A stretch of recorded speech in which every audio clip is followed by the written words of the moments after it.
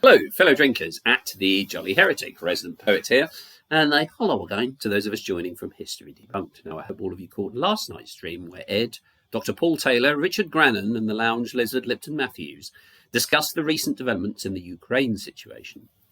Trump's getting on with the job. Now he's invoking the mob. It could be a show, but one thing we know, Zelensky's a bit of a knob, so hopefully you enjoyed that. Ed, of course, has a new book out on Jonathan Bowden, who I'm sure some of you are familiar with. I'm partway through it now. It's fantastic, and I highly recommend it.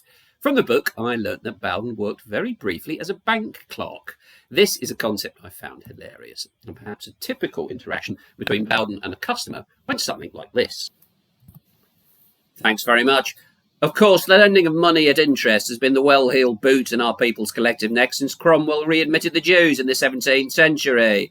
Fractional reserve banking is another appendage of the same multi-headed hydra, thwarting our greatness with the mirage of international capitalism. Thanks, but I just wanted to cancel a standing order.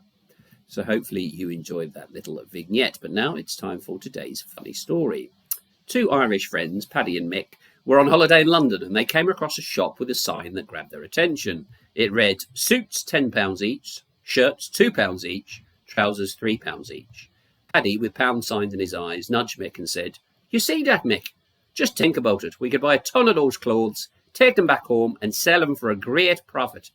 People would lap it up." Mick nodded in agreement, but added a word of caution. "Now, Paddy, you remember we're not in Ireland now, I reckon. If they catch wind of our accents, they might think we're not the sharpest tools in the drawer, and they might not want to do business with us." "Let me handle this, Mick," replied Paddy. "I've been practising an English accent. They won't have a clue where we're really from." With their plan in place, they confidently walked into the shop. Paddy, taking the lead and doing his best impression of an Englishman, drawled, "Good morning, my dear chap. I'll take 50 of those suits priced at £10, 100 of those shirts for £2, and let's round it off with 50 pairs of those trousers for £3 each. And be quick about it."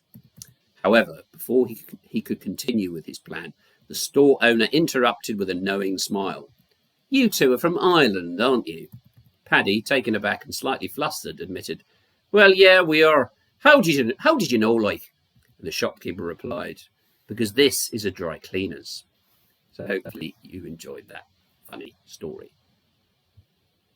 So that was just a roundup from me today of the Jolly Heretics output and that of History Debunked. If you did enjoy it, please do like and subscribe. And thank you very much for watching, and hopefully we'll see each other very soon. Goodbye.